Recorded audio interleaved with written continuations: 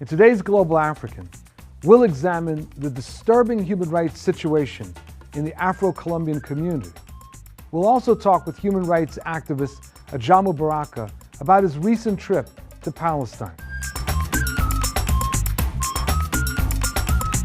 In recent months, there's been an upsurge in human rights violations against Colombia's large black population, marked by threats on Afro-Colombian activists and on journalists working for alternative media outlets, as well as the forced displacement of families from their ancestral lands by right-wing paramilitaries aligned with the Colombian government. Afro-Colombian activists are urging U.S. policymakers to investigate these abuses and to pressure the Colombian government, a close ally of Washington, to address the legitimate demands of the activists. Joining us to discuss human rights and humanitarian issues facing the country of Colombia are two noted guests. Jimena Sanchez Garzoli, a senior associate for the Andes region at the Washington office in Latin America. Joining her is Marino Cordoba, founder of the National Association of Displaced Afro-Colombians. Jimena is an expert on internally displaced persons, refugees, and human rights. Marino and his colleagues are regularly targeted and attacked for their work in Colombia. He was forced into exile in the United States after surviving an assassination attempt. Welcome to the show. Thank you. The issue of the peace talks. We've been hearing different things in the United States about the peace talks between the Colombian government and the FARC, the main guerrilla organization. From the standpoint of the Afro-Colombian population, how do you look at these peace talks? We are so grateful right now that in Colombia there is a conversation between the Colombia government and the guerrilla that look for, is trying to end the 50 years of conflict in the country, which have been very devastating for the majority of the Colombian population, especially the Afro-Colombian population. And we have 2 million of them displaced. We have half of our population being displaced in the country. So the impact of the conflict in our community has been, huge. We think that there should be a space where the Afro-Colombian, indigenous, and other sectors can come with proposals to present to them on the table. Jimena, I stumbled across a story about a Francia Marquez, who is under threat for protesting illegal mining. That's not being discussed in Havana as far as I know, is it?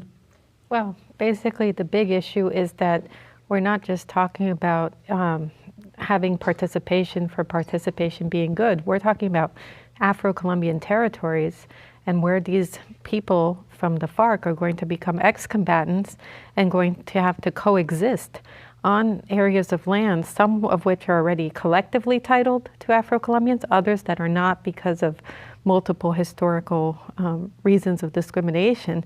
And a perfect example of that is the area of La Toma, northern Cauca, where this leader, Francia Marquez, is from. What has happened there? Basically, since December, there was a march of more than 50 Afro-Colombian women from northern Cauca all the way to Bogota to protest to the government that they have a whole set of rights that have been reaffirmed by the national courts in Colombia, that these lands, while they don't have the official titles, are theirs, and there cannot be outside encroachment into those lands by multinational companies, yet the reality is that that's happening anyway. And the reality is that not only is it happening, but the FARC is there, the paramilitaries are there, the military, often in collusion with the paramilitaries, are allowing for illegal mining to take place. The fear is that, okay, outside interests are just going to go ahead and take over those areas. Illegal mining right now in Colombia, which it's important to say is done very violently. This is not just people moving because their environment is unsustainable. This is people being forced off their lands, suffering assassination attempts, massacres, and has become the #1 source of new displacements, mostly for indigenous and Afro-Colombian communities. Let me just understand this a little bit more. So the mining is being conducted. Are these rogue operations, or are these mining operations being conducted by major multinational mining companies? Colombia has signed more than 10 free trade agreements, including one with the United States and Canada, which are particularly problematic on mining in recent years. Right now, there is a battle between many of these lands that are ethnic areas and the concessions, whether they're going to the multinational companies or not.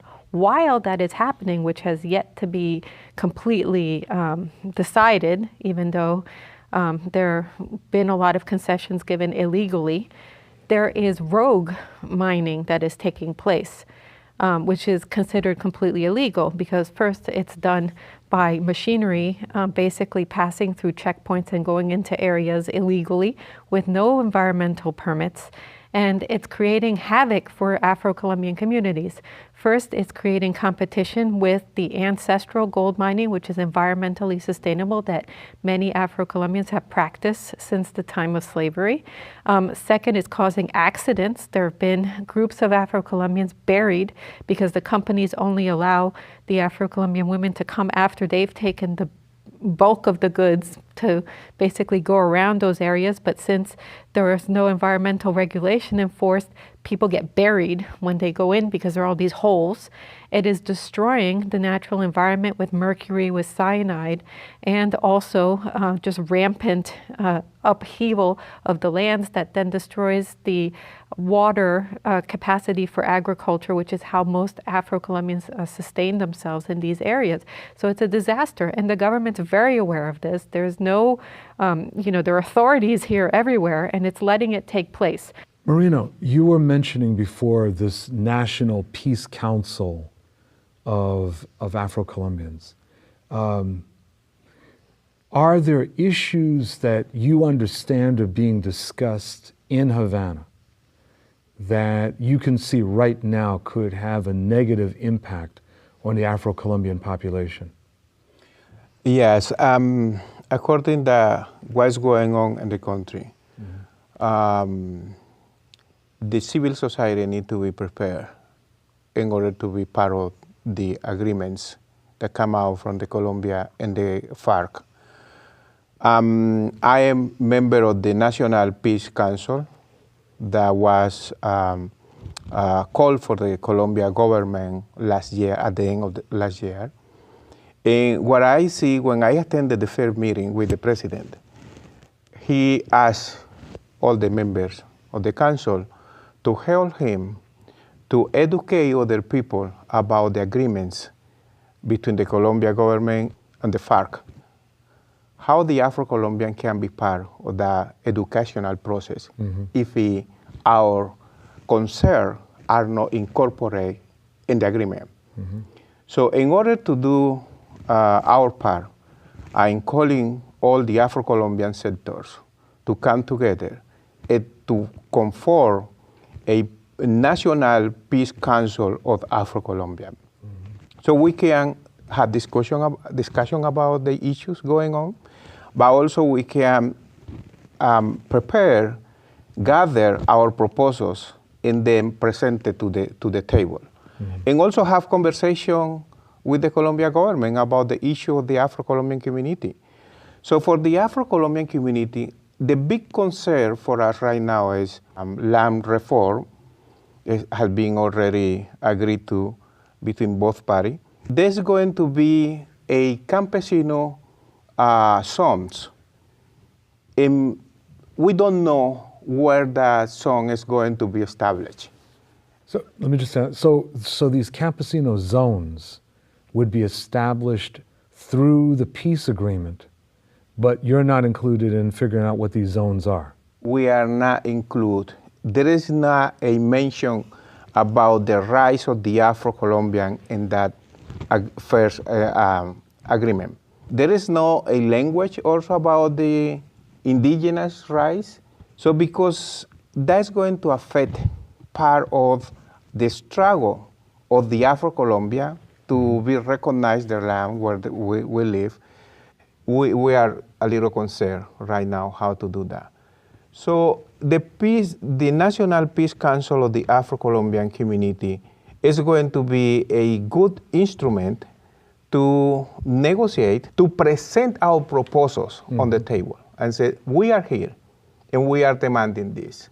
Jimena, could you take us through the case of this Francia Marquez and what are people here, at least in the United States, what are they supposed to do in hearing about these sorts of crimes that are committed against the people?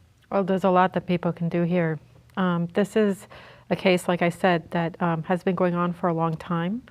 And 3 years ago, when there was the threat of that community becoming completely evicted due to a third-party person claiming that they had a right to those lands, a non-Afro-descendant person who did not live in those areas and who had ties to paramilitary groups was claiming that he had the right to a piece of land where 3,000 people were living. And so they were going to evacuate the 3,000 Afro-Colombian people from there. People in the US helped raise enough awareness to the point that they broke the fax machine of the State Department, faxing so much about it, and called it really to the attention of the National Security Council, and that was able to be stopped. So we have seen that just simple things, such as reaching out to members of Congress about these situations, harassing or pressuring the State Department, the U.S. Embassy, that people can be not only protected, but that it helps level the political playing field between the Afro-Colombian people and the government. Often, the Afro-Colombian people are completely ignored by the government. Let me ask you one final question on this, to both of you. You mentioned that in some of the land that is Afro-Colombian, that there is FARC activity and that there are members of the community that are in the FARC. Yet there are reports, there was a Human Rights Watch report from July that talked about FARC abuses in the town of Tumaco. And I'm trying to understand what the thinking is within the FARC. If they have any level of support within the Afro-Colombian population, why would they be carrying out atrocities? What's the politics here, or is this not politics? Is this about something else? It's difficult to understand that, Bill.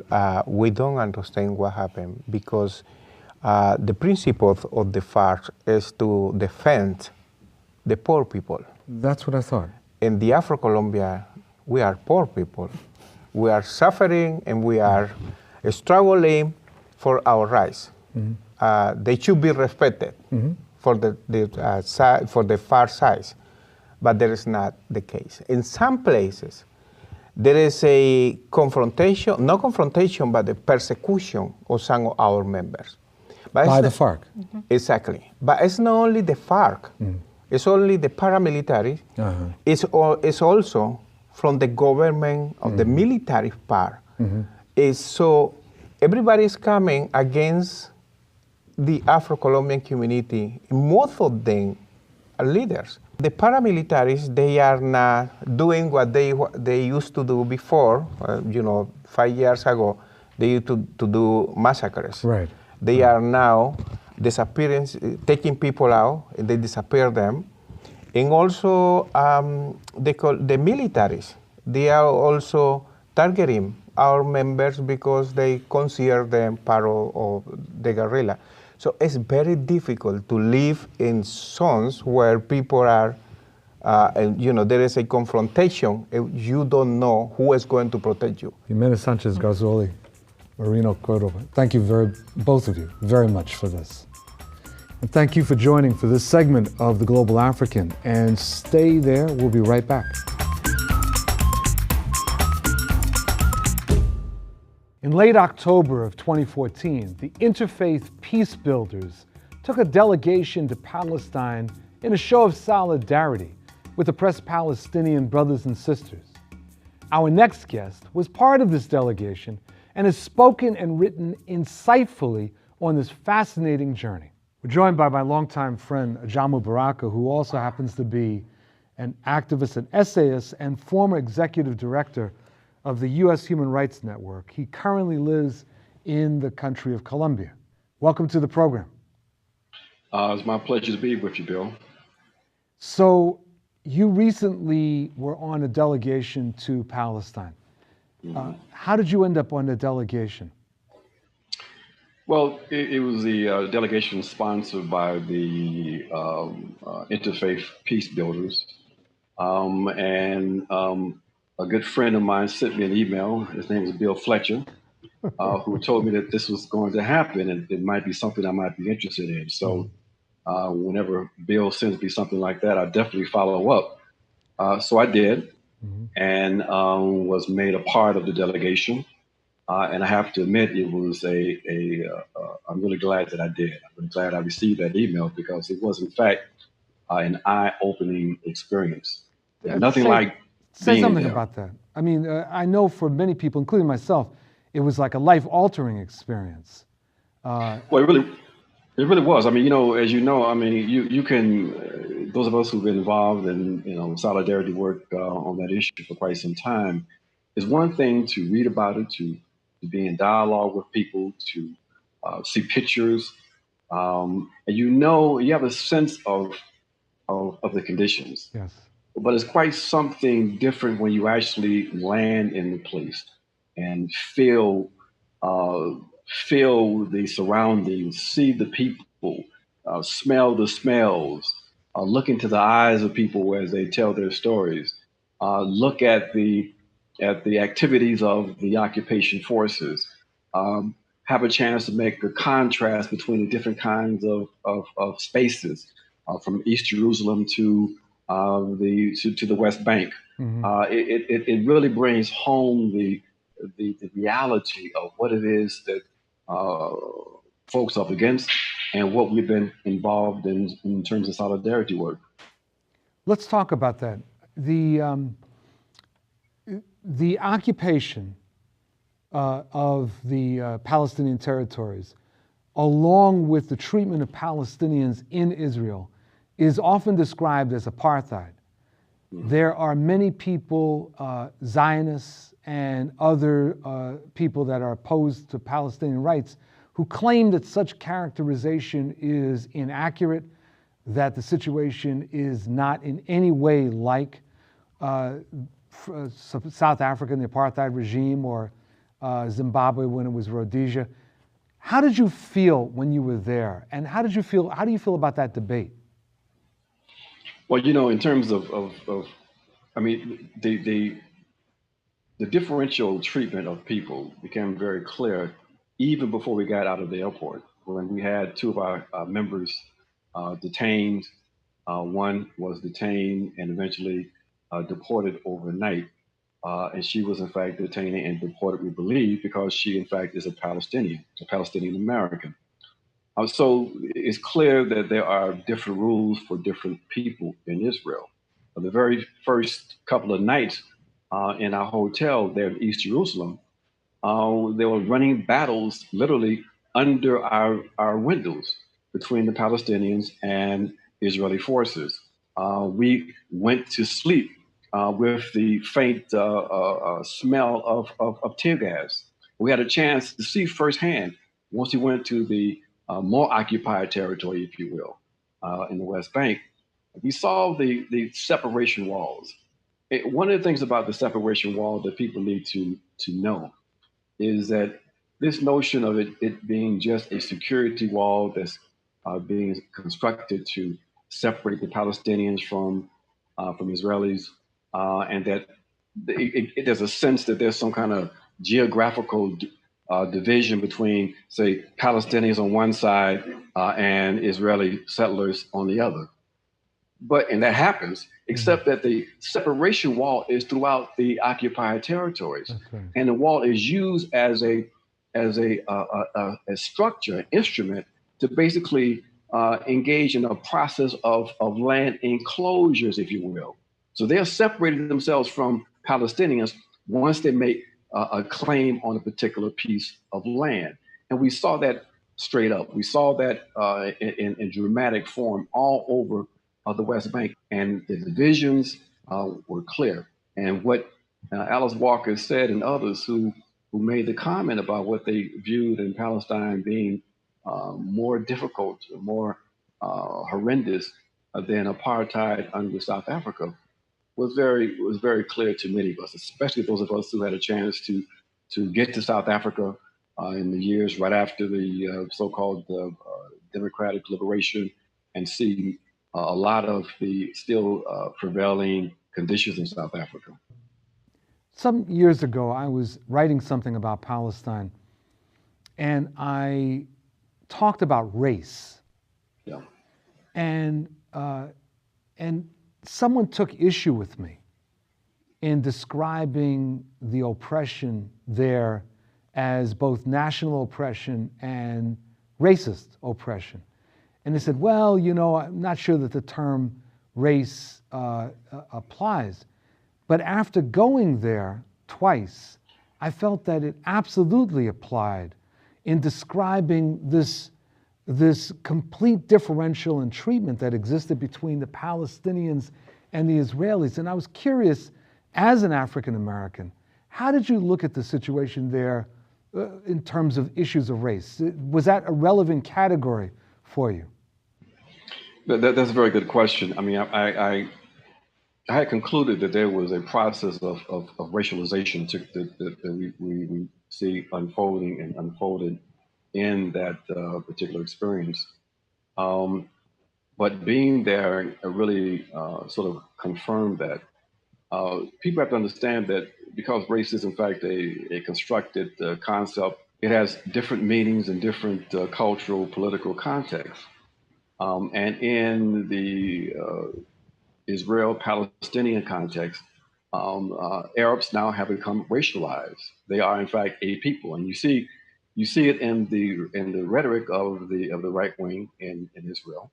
You see it demonstrated when you have these marches in Israel where they are basically telling the Israelis, telling the Arabs that they hate Arabs and the Arabs should basically disappear. We see the connection between their racialized perceptions of Arabs and how they are treating the African asylum seekers, calling them names, in fact, calling them niggers and telling them to go back home. The entire rhetoric and the discourse in Israel has become completely racialized over the last few years. In fact, we had a chance to meet with a number of people. We raised the question about race and why it appears that even among some of the more progressive Israelis, that they're not more forthright in confronting directly the intense racialization of Arabs and the kind of and what was the response that has developed. What kind of response did they give to you on that? It was really unsatisfying. They claimed that they weren't raising the race issue because people didn't really understand race, that it would be confusing, but it seemed like a cop out because if you're trying to, in fact, penetrate the mystification of the relationships between Israelis and Arabs, and you see that race is used as an instrument to dehumanize, then I think that you have a responsibility to confront that forthrightly and raise that issue. But I don't think that many of the Israeli activists are really prepared to deal with the race question. We're going to have to leave it at that. I want to thank you for joining us in the Global African to talk about your visit. Thank you very much. Thank you. And thank you very much for joining us for this episode of the Global African. I'm your host, Bill Fletcher. Thanks for joining us, and see you again next time.